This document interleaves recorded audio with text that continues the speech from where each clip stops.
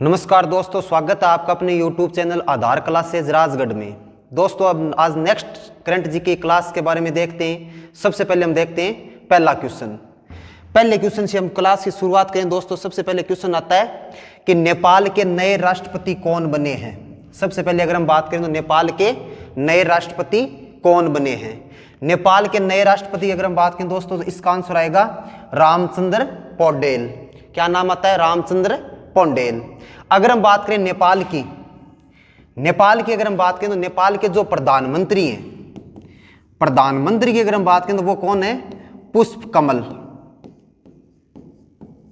पुष्पकमल दहल प्रचंड। क्या नाम आता है? पुष्पकमल दहल प्रचंड। राजधानी की अगर हम बात करें तो राजधानी कौन सी है? काठमांडू। राजधानी कौन सी आती है? काठमांडू। जबकि अगर हम बात करें तो एक याद रखना कि इसकी जो मुद्रा है वो क्या है? नेपाली रुपया। क्या आती है? नेपाली रुपया। ये क्या है? यहाँ की मुद्रा। एक अगर हम बात करें दोस्तों जो काठमांडू शहर है इसके अंदर अगर हम बात करें तो एक आता है नाम सार्क। क्या नाम आता है? सार्क। तो सार्क का मुख्यालय कहां पर है? काठमांडू के अंदर है। सार्क की अगर हम बात करें तो सार्क के बारे में देखें तो सार्क है, इसकी स्थापना कब हुई थी? 1985 में। स्थापना कब हुई थी? 1985 में। अगर हम बात करें तो प्रथम सम्मेलन का आयोजन किया गया था ढाका, बांग्लादेश। कहां पर किया गया था? ढाका, बांग्लादेश में। प्रथम सम्मेलन कहां पे आयोजित किया गया था? 1985 में ढाका, बांग्लादेश में आयोजन किया गया। सार्क के सदस्य देशों की अगर हम बात करें तो सार्क के सदस्य देश आते हैं भारत, पाकिस्तान, बांग्लादेश। एक अगर हम बात करें तो अफगानिस्तान। एक अगर हम बात करें तो भूटान। क्या नाम आएगा? भूटान। इसके अलावा अगर हम बात करें तो श्रीलंका। एक कौन सा आता है? श्रीलंका। तो सार्क की स्थापना की गई थी 1985 में। सार्क का मुख्यालय कहां पर है? काठमांडू में। प्रथम सम्मेलन का आयोजन ढाका, बांग्लादेश में। सदस्य देशों की अगर हम बात करें भारत, पाक, बांग्लादेश, अफगानिस्तान, भूटान और श्रीलंका।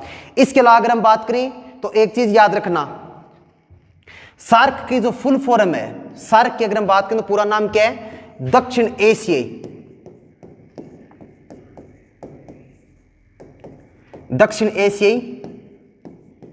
क्षेत्रीय सहयोग संघ। क्षेत्रीय सहयोग संघ, दक्षिण एशियाई क्षेत्रीय सहयोग संघ इसका पूरा नाम आता है। तो नेपाल के नए राष्ट्रपति कौन बने हैं? रामचंद्र पौडेल। प्रधानमंत्री कौन है? पुष्पकमल दहल प्रचंड। और राजधानी कौन सी आती है? काठमांडू। इसके बाद अगर हम बात करें नेक्स्ट क्वेश्चन की अगर हम बात करें तो इंडोनेशिया की राजधानी जकार्ता। इंडोनेशिया की राजधानी जकार्ता से बदलकर कहां स्थापित की गई है दोस्तों? तो ये कहां पर स्थापित की गई है? बोर्नियो में। कहां पर स्थापित की गई है? बोर्नियो में। इंडोनेशिया की अगर हम बात करें तो पहले राजधानी क्या थी? जकार्ता। क्या आती है? जकार्ता। वर्तमान में कौन सी है? बोर्नियो। कौन सी आती है? बोर्नियो। आगे अगर हम बात करें तो एक याद रखना, राष्ट्रपति। एक नाम आता है राष्ट्रपति। राष्ट्रपति की अगर हम बात करें तो राष्ट्रपति का नाम आता है जोको विडोडो। Joko Widodo. राष्ट्रपति कौन आता है? Joko Widodo. एक अगर हम बात करें तो एक क्वेश्चन बनता है कि इंडोनेशिया के जो संसद है, क्या? संसद की अगर हम बात करें तो संसद का नाम क्या आएगा? संसद की अगर हम बात करें नाम आता है पीपुल्स कंसल्टेटिव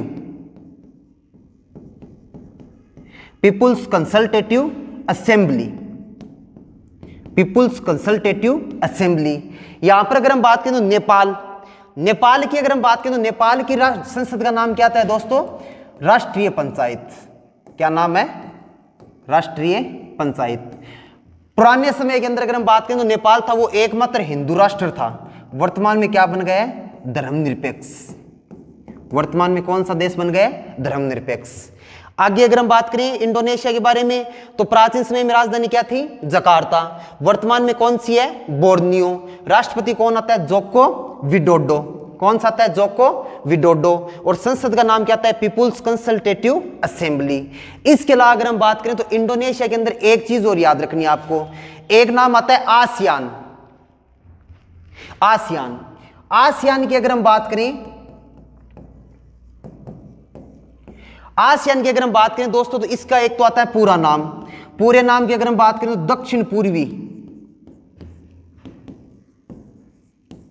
दक्षिण पूर्वी एशियाई राष्ट्रों का संघ,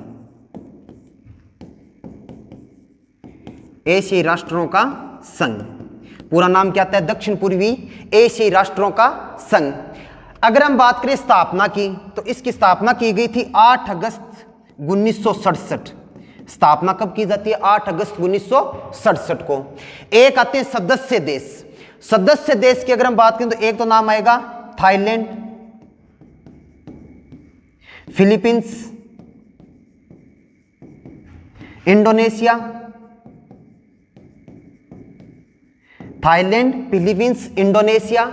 इसके अलावा अगर हम बात करें सिंगापुर, इसके अलावा अगर हम बात करें तो सिंगापुर, और एक अगर हम बात करें तो एक आता है थाईलैंड, फिलीपींस, इंडोनेशिया, सिंगापुर। ये इसके क्या आते हैं? सदस्य देश। ये इसके क्या आएंगे? सदस्य देश। अगर हम बात करें तो एक चीज और याद रखनी है, एक अगर हम बात करें तो इंडोनेशिया के अंदर सर्वाधिक ज्वालामुखी विस्फोट होते हैं। क्या होते हैं? सर्वाधिक ज्वालामुखी विस्फोट। सर्वाधिक क्या होंगे? ज्वालामुखी विस्फोट होते हैं। इस कारण अगर हम बात करें तो एक तो यहां पे याद रखना कि इंडोनेशिया वो किस में आता है? Pacific ring of the fire.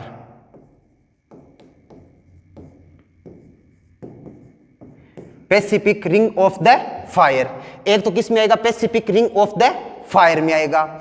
एक इसके अलावा अगर हम बात करें तो एक आता है यहां पे जो प्रमुख ज्वालामुखी है ना, उनकी अगर हम बात करें तो एक तो आएगा माउंट मेरोपी। एक तो कौन सी ज्वालामुखी आती है? माउंट मेरोपी। कौन सी ज्वालामुखी आएगी? माउंट मेरोपी। एक अगर हम बात करें तो एक नाम आता है माउंट सिनबाग। एक क्या नाम आएगा? माउंट सिनबाग। एक क्या नाम आता है? माउंट सिनबाग। तो सबसे पहले राजधानी जकार्ता से बदलकर क्या की गई है? बोर्नियो। राष्ट्रपति कौन आते हैं? Joko Widodo. संसद को क्या कहा जाता है? People's consultative assembly. एक अगर हम बात करें तो इंडोनेशिया के अंदर, इंडोनेशिया किसका सदस्य है? आसियान का, दक्षिण पूर्वी एशियाई राष्ट्रों का संघ। स्थापना 8 अगस्त 1967 को की गई थी। सदस्य देश में Thailand, Philippines, Indonesia, Singapore. Thailand, Philippines, Indonesia और सिंगापुर। और एक अगर हम बात करें तो एक इसके अंदर नाम आता है मलेशिया का। एक किसका नाम आता है? मलेशिया का। ये क्या इसके संस्थापक सदस्य। एक किसका नाम आता है? मलेशिया का। एक अगर हम बात करें तो इंडोनेशिया कहां पे स्थित है? Pacific of the ring of the fire में। और एक मुख्य ज्वालामुखी, एक तो माउंट मेरोपी और एक नाम आता है माउंट सिनबाग। नेक्स्ट क्वेश्चन की अगर हम बात करें तो नेक्स्ट क्वेश्चन आता है शेख मोहम्मद बिन अब्दुल रहमान अल थानी। शेख मोहम्मद बिन अब्दुल रहमान अल थानी किस देश के नए प्रधानमंत्री बने हैं? तो दोस्तों ये कौन से देश के बने हैं? कतर के। कौन से देश के बने हैं? कतर के। कतर की अगर हम बात करें तो कतर की राजधानी क्या है? दोहा। कौन सी आती है? दोहा। और कतर की मुद्रा की अगर हम बात करें, कतर की मुद्रा है उसकी अगर हम बात करें तो क्या नाम आता है? कतरी रियाल। क्या नाम आएगा? कतरी रियाल। मुद्रा कौन सी आती है? कतरी रियाल। वर्तमान के अंदर अगर हम बात करें तो फीफा 2022, फीफा 2022 का आयोजन है वो कहां पर किया गया है? कतर दोहा में आयोजन किया गया था। यहां पर अगर हम बात करें दोस्तों तो फीफा 2022 से ये फीफा का कौन सा संस्करण था? 22वां संस्करण। कौन सा आता है? 22वां संस्करण आता है। अगर हम बात करें तो पहली बार फीफा विश्व कप का आयोजन था वो कब किया गया था? 1930 में। कब किया गया था? 1930 में। कहां पर आयोजन किया गया था? उरुग्वे में। कहां पर किया गया था? उरुग्वे। और उस समय अगर हम बात करें तो विजेता कौन रहा था? उरुग्वे रहा था। विजेता कौन था? उरुग्वे। जबकि अगर हम बात करें उप विजेता अर्जेंटीना। कौन रही थी? कौन रहा था? कौन सा देश है? अर्जेंटीना। वर्तमान में फीफा के अध्यक्ष की अगर हम बात करें तो क्या नाम आता है? Gianni Infantino. क्या नाम आएगा? Gianni Infantino. क्या नाम आता है? Gianni Infantino. यहां पर अगर हम बात करें 2022 की, 2022 की अगर हम बात करें दोस्तों तो जियानी 2022 के अंदर कहां पे आयोजन हुआ था? कतर में। कहां पर आयोजन किया गया था? कतर में। कतर के अंदर अगर हम बात करें तो ये अरब या मुस्लिम दुनिया में आयोजित होने वाला, अरब या मुस्लिम दुनिया में आयोजित होने वाला प्रथम विश्व कप है। कौन सा आता है? प्रथम विश्व कप। तो याद रखना कि अरब व मुस्लिम दुनिया में आयोजित होने वाला प्रथम फुटबॉल विश्व कप कहां पे आयोजित किया गया था? कतर में आयोजित किया गया था। कुल कितनी टीमों के द्वारा भाग लिया गया था? 32 टीम। कितनी टीमों के द्वारा भाग लिया गया था? 32 टीमों के द्वारा। अगर हम बात करें तो एक चीज याद रखना कि 2026 के अंदर इसका आयोजन कहां पर होगा? उत्तरी अमेरिका में। कहां पर आयोजन होना है? उत्तरी अमेरिका में। उस समय कितनी टीमों के द्वारा भाग लिया जाएगा? 48 टीमों के द्वारा। कितनी टीमों के द्वारा भाग लिया जाएगा? 48 टीमों के द्वारा भाग लिया जाना है। यहां पर अगर हम बात करें 32 टीमों ने भाग लिया था। उस समय अगर हम बात करें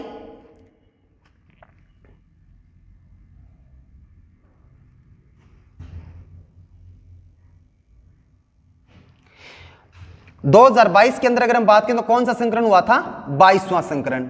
यहां पर विजेता की अगर हम बात करें तो विजेता कौन रहा था? अर्जेंटीना। कौन रहा था? अर्जेंटीना। जबकि अगर हम बात करें उपविजेता, एक नाम आता है उपविजेता। उपविजेता की अगर हम बात करें तो उपविजेता कौन रहा था? फ्रांस। कौन रहा था? फ्रांस। 2018 की अगर हम बात करें 2018 तो 2018 में फीफा का आयोजन कहां पर हुआ था? रसिया में। कहां पर आयोजन हुआ था? रसिया में। उस समय अगर हम बात करें तो विजेता कौन रहा था? फ्रांस रहा था। विजेता कौन रहा था? फ्रांस। और उस समय उपविजेता की अगर हम बात करें तो उपविजेता कौन रहा था? क्रोएशिया। कौन रहा था? क्रोएशिया। उपविजेता कौन रहा था? क्रोएशिया। यह फीफा का कौन सा संस्करण हुआ था? 21वां संस्करण।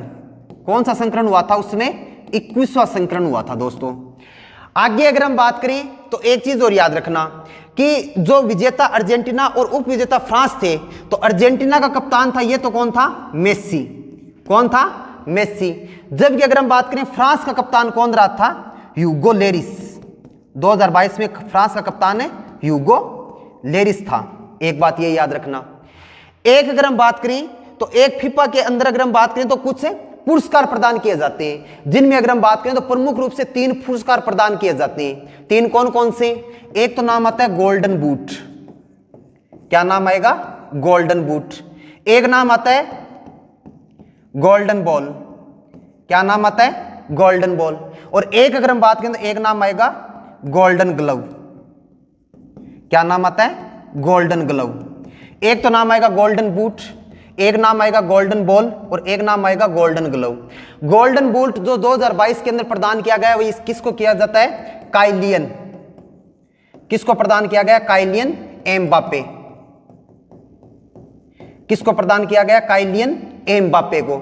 एक बात तो ये याद रखना, कितने गोल किए गए थे इसके द्वारा? 8 गोल किए गए थे उस समय।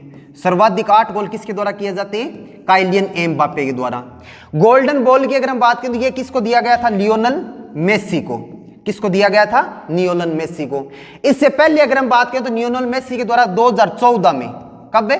2014 के अंदर अगर हम बात करें तो इसके द्वारा कौन सा पुरस्कार जीता गया था? Golden ball. तो विश्व का प्रथम खिलाड़ी, विश्व का प्रथम खिलाड़ी है, विश्व का प्रथम खिलाड़ी जिसके द्वारा 2 बार पुरस्कार जीता गया है। कौन सा? गोल्डन बॉल पुरस्कार। इसके बाद अगर हम बात करें तो एक आता है गोल्डन ग्लव। गोल्डन ग्लव की अगर हम बात करें तो यह जीता गया था मार्टिनेज के द्वारा। किसके द्वारा जीता गया? मार्टिनेज। सर्वश्रेष्ठ गोलकीपर का अवार्ड होता है ये, सर्वश्रेष्ठ गोलकीपर का अवार्ड। यहां पर अगर हम बात करें तो मार्टिनेज कहां का खिलाड़ी है? अर्जेंटीना का। कहां का आता है? अर्जेंटीना का खिलाड़ी है। तो 3 पुरस्कार याद रखने, गोल्डन बूट, गोल्डन बॉल और गोल्डन ग्लव।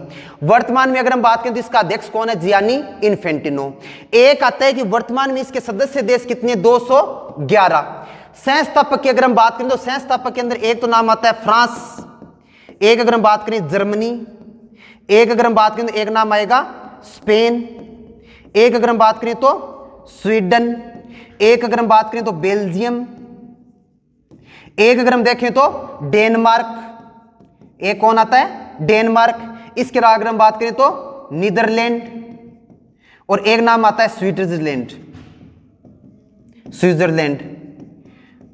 और यहां पर अगर हम बात करें तो इसका मुख्यालय कहां पर है? ज्यूरिख। और ज्यूरिख कहां पर पड़ता है? स्विट्जरलैंड में। ज्यूरिक कहां पर है? स्विट्जरलैंड में। इसके बाद अगर हम बात करें तो आगे देखते हैं नेक्स्ट क्वेश्चन। नेक्स्ट क्वेश्चन की अगर हम बात करें दोस्तों, नेक्स्ट क्वेश्चन आता है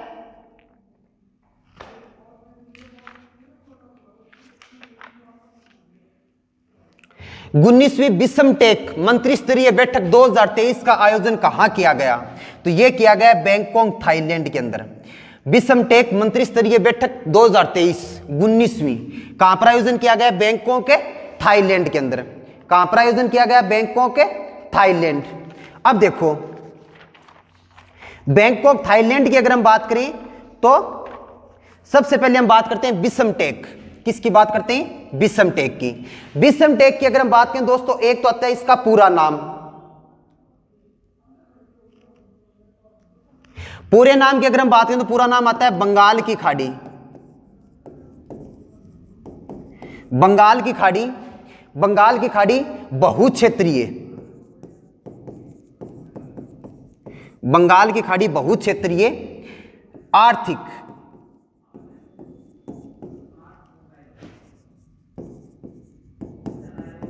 सहयोग संघ। बंगाल की खाड़ी तकनीकी और आर्थिक सहयोग संघ। बंगाल की खाड़ी बहुक्षेत्रीय तकनीकी और आर्थिक सहयोग संघ। किसका पूरा नाम आता है? बिशमटेक का पूरा नाम आएगा। अगर हम बात करें, इसकी स्थापना की गई थी 6 जून 1997 को। कब की गई थी? 6 जून 1997 को इसकी क्या की जाती है? स्थापना की गई। वर्तमान के अंदर अगर हम बात करें इसके सदस्य देश, तो एक तो नाम आता है भारत, एक अगर हम बात करें तो श्रीलंका। क्या नाम आएगा? भारत, श्रीलंका। इसके बाद अगर हम बात करें बांग्लादेश, क्या नाम आएगा? बांग्लादेश। नेपाल, नेपाल के बाद अगर हम बात करें भूटान, और भूटान के बाद अगर हम बात करें तो थाईलैंड। भारत, श्रीलंका, बांग्लादेश, नेपाल और भूटान और थाईलैंड। क्या नाम आएगा? भारत, श्रीलंका, बांग्लादेश, नेपाल, भूटान और थाईलैंड। एक और अगर हम बात करें तो एक नाम आता है म्यांमार। क्या नाम आता है? म्यांमार। ये इसके क्या है? सदस्य देश आते हैं। ये इसके क्या आएंगे? सदस्य देश। श्रीलंका की अगर हम बात करें दोस्तों तो इसका सबसे बड़ा शहर कौन सा आता है? कोलंबो। कौन सा आता है? कोलंबो। इसके अलावा अगर हम बात करें इसकी राजधानी श्री जयवर्धनेपुरे। क्या नाम आता है? जयवर्धनेपुरे। राजधानी कौन सी आती है? श्री जयवर्धनेपुरे। भूटान की अगर हम बात करें तो इसको क्या कहा जाता है? एक तो अगर हम बात करें राजधानी थिम्पू। राजधानी कौन सी आती है? थिम्पू। एक अगर हम बात करें तो इसको क्या बोलेंगे? इसको कहा जाता है लैंड ऑफ थंडरबोल्ट।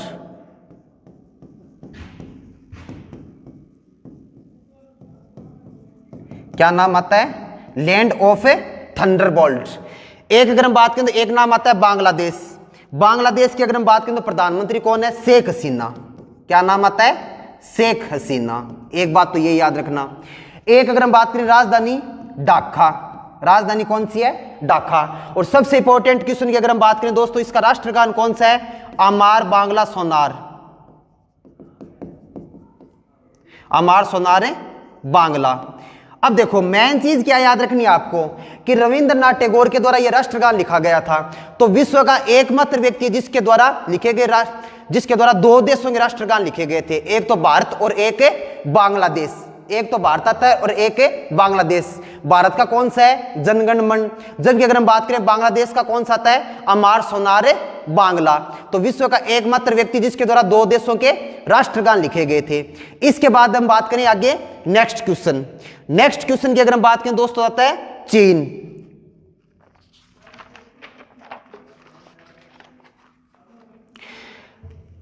चीन में लगातार तीसरी बार राष्ट्रपति बनने वाले प्रथम व्यक्ति कौन है? तो यह नाम आता है किसका दोस्तों? Xi Jinping. किसका नाम आता है? शी जिनपिंग का। कहां के राष्ट्रपति हैं? चीन के। कहां के आते हैं? चीन के।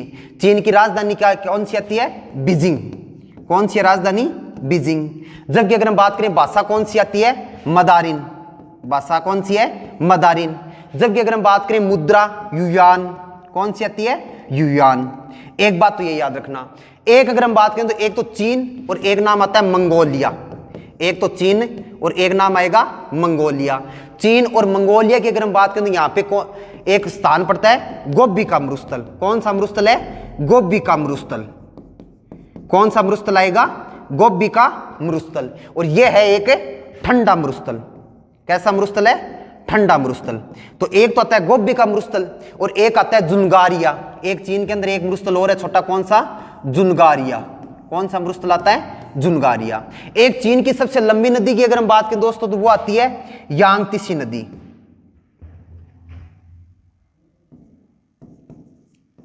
यांगत्से नदी, क्या नाम आता है? यांगत्से। या फिर अगर हम बात करें तो इसको क्या बोला जाता है? या तो बोला जाएगा यांगत्से, या हम बात करें तो इसको क्या बोलते हैं? यांगत्से कयांग नदी। क्या बोला जाएगा? यांगत्से कयांग नदी। इसके अलावा अगर हम बात करें दोस्तों तो एक दूसरी नदी आती है यहां पे जिसका नाम है हांग हो नदी।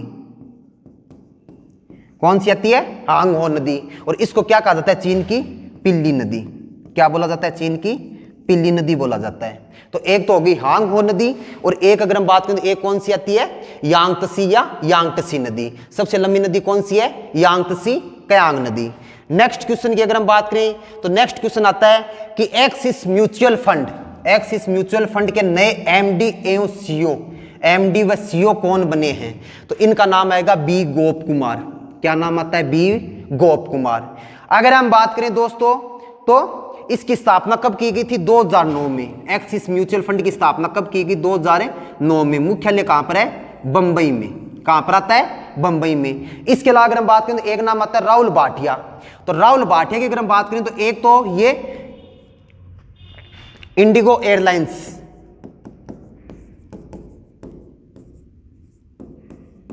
इंडिगो एयरलाइंस के क्या है? सह संस्थापक।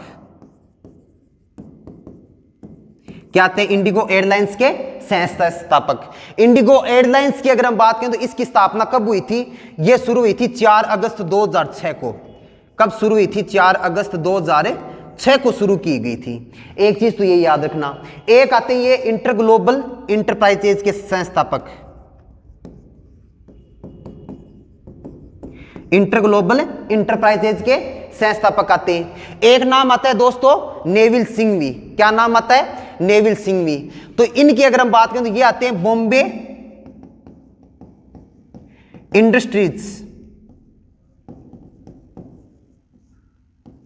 इंडस्ट्रीज एसोसिएशन के अध्यक्ष। बॉम्बे इंडस्ट्रीज एसोसिएशन के क्या आते हैं? अध्यक्ष आते हैं। इसके बाद हम बात करते हैं नेक्स्ट क्वेश्चन। नेक्स्ट क्वेश्चन की अगर हम बात करें दोस्तों आता है सीआईएसएफ ने, सीआईएसएफ के द्वारा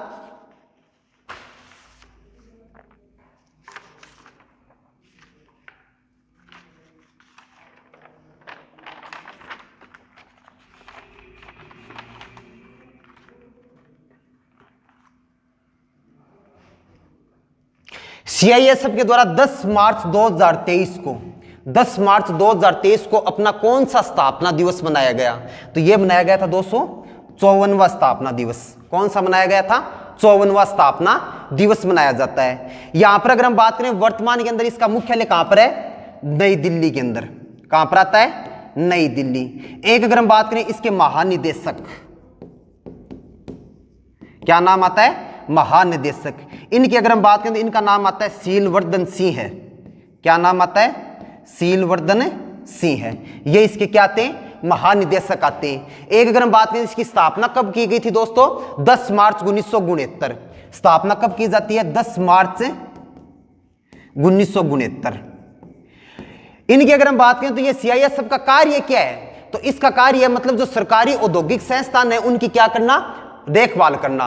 उनकी क्या करना? देखभाल करना। इसीलिए अगर हम बात करें तो इसको क्या बोला जाता है? केंद्रीय औद्योगिक सुरक्षा बल। इसको क्या बोला जाता है? केंद्रीय औद्योगिक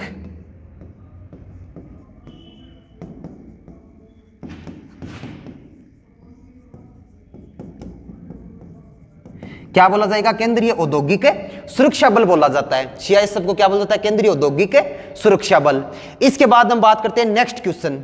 नेक्स्ट क्वेश्चन की अगर हम बात करें तो आता है किस राज्य सरकार ने इलेक्ट्रॉनिक वाहनों, किस राज्य सरकार के द्वारा इलेक्ट्रॉनिक वाहनों के खरीदारों के लिए राज्य में रोड टैक्स और पंजीकरण शुल्क में छूट की घोषणा की है? राज्य में रोड टैक्स और पंजीकरण शुल्क में छूट की घोषणा की है। इसकी अगर हम बात करें दोस्तों तो ये आता है उत्तर प्रदेश।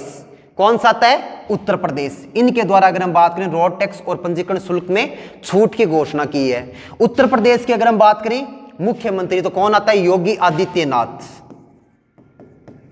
क्या नाम आता है? योगी आदित्यनाथ। इसके अलावा अगर हम बात करें राज्यपाल आनंदीबेन पटेल,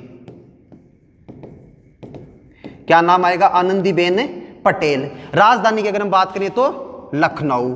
क्या नाम आता है? राजधानी लखनऊ। एक अगर हम बात करें प्रसिद्ध तो यहां पे आता है ग्रीन पार्क स्टेडियम। क्या नाम आता है? Green park stadium. और ये कहां पर है? कानपुर। कहां पर आता है?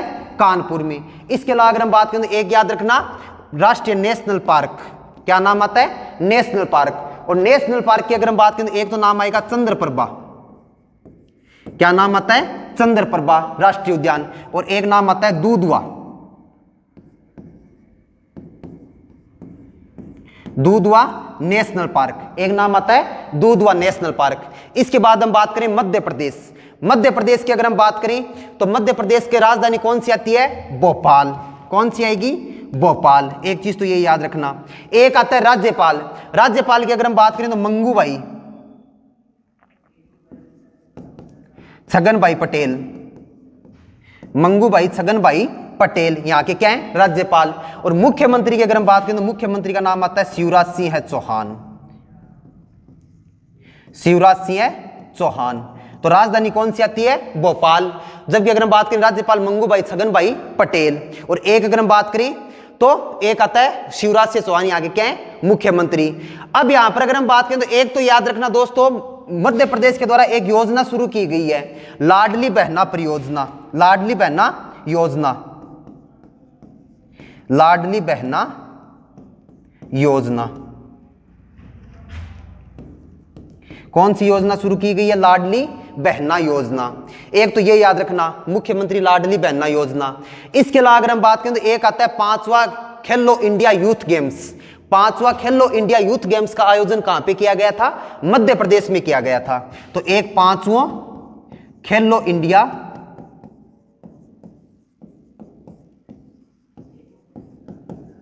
यूथ गेम्स, इनका आयोजन कहां पे किया गया था? मध्य प्रदेश में। एक हम बात करते हैं दोस्तों पंजाब की। पंजाब की अगर हम बात करें तो यहां का मुख्यमंत्री कौन आता है? भगवंत मान। कौन आता है? भगवंत मान। जबकि अगर हम बात करें इसकी राजधानी कौन सी है? चंडीगढ़। कौन सी आती है? चंडीगढ़। एक तो याद रखना पंजाब का मुख्यमंत्री कौन है? भगवंत मान। और एक आता है राजधानी चंडीगढ़। यहां पर अगर हम बात करें दोस्तों तो पंजाब के द्वारा एक नई योजना शुरू की गई थी। और उस योजना की अगर हम बात करें तो योजना का नाम आता है, योजना की अगर हम बात करें तो योजना का नाम क्या आता है? लोक मिलनी परियोजना। क्या नाम आएगा? लोक मिलनी परियोजना। क्या नाम आता है? लोक मिलनी परियोजना। इसके तहत अगर हम बात करें तो मुख्यमंत्री के द्वारा आम जनता के साथ सीधा संपर्क स्थापित किया जाएगा। जो परियोजना कहां पे शुरू की गई है? पंजाब के अंदर शुरू की गई है। कौन सी परियोजना? लोक मिलनी परियोजना शुरू की गई है। इसके अलावा अगर हम बात करें तो एक आता है केंद्रीय मंत्री हरदीप पुरी। क्या नाम आता है? केंद्रीय मंत्री हरदीप पुरी। इनके द्वारा अगर हम बात करें तो ये कौन से मंत्रालय के मंत्री? ये आते हैं केंद्रीय पेट्रोलियम और प्राकृतिक गैस मंत्री। कौन से मंत्री हैं? केंद्रीय पेट्रोलियम और प्राकृतिक गैस मंत्री। प्राकृतिक गैस मंत्री। इनके द्वारा यहां से एक अगर हम बात करें तो एशिया का सबसे बड़ा, एशिया का सबसे बड़ा, एशिया का सबसे बड़ा अगर हम बात करें क्या शुरू किया गया है? कंप्रेस्ड बायोगैस संयंत्र। क्या शुरू किया गया है? कंप्रेस्ड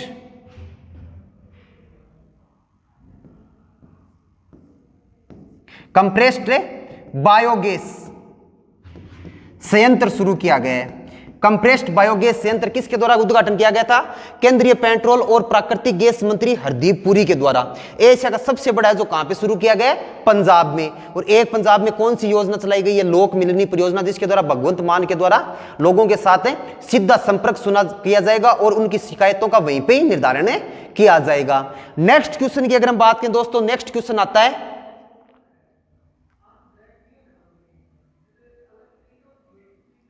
नेक्स्ट क्वेश्चन आता है कि किस राज्य के राजमार्ग पर दुनिया का पहला बांस केस बैरियर स्थापित किया जाएगा? तो इसकी अगर हम बात करें तो ये दोस्तों कहां पे स्थापित किया जाएगा? ओडिशा के अंदर। कहां पे स्थापित किया जाना है? ओडिशा के अंदर। दुनिया का पहला बांस क्रेस कैरियर है, जहां पे अगर हम बात करें तो इसकी लंबाई कितनी आएगी? 200 मीटर। कितनी लंबाई आती है?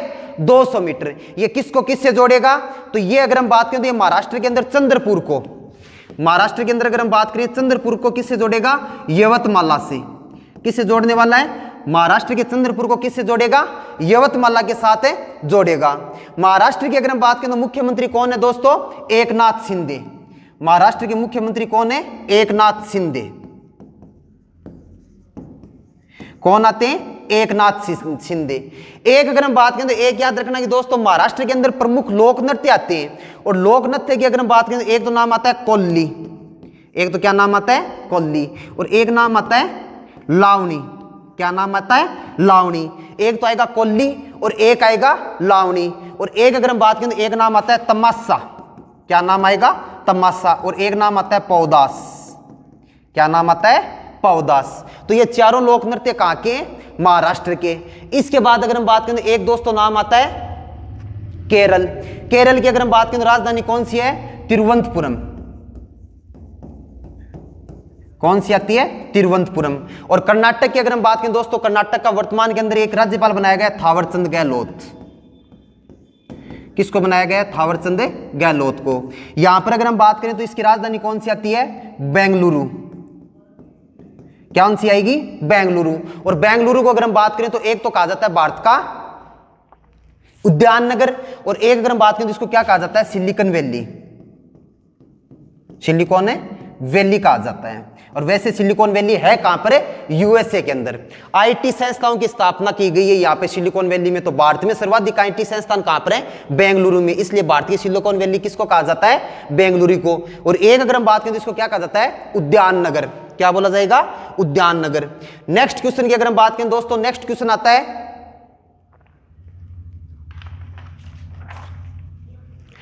भौगोलिक संकेतक प्राप्त कांगड़ा चाय किस राज्य से संबंधित है? तो ये किससे संबंधित है? हिमाचल प्रदेश से। कांगड़ा चाय किससे संबंधित आती है दोस्तों? कांगड़ा चाय हिमाचल प्रदेश। किससे संबंधित मानी जाती है? हिमाचल प्रदेश से। इसकी अगर हम बात करें तो वर्तमान के अंदर भारत के अंदर टोटल जीआई टैग कितने आते हैं? 429। कितने आएंगे? 429 जीआई टैग आते हैं। कितने आते हैं? 429 जीआई टैग। इसके बाद हम बात करें तो आता है नेक्स्ट क्वेश्चन।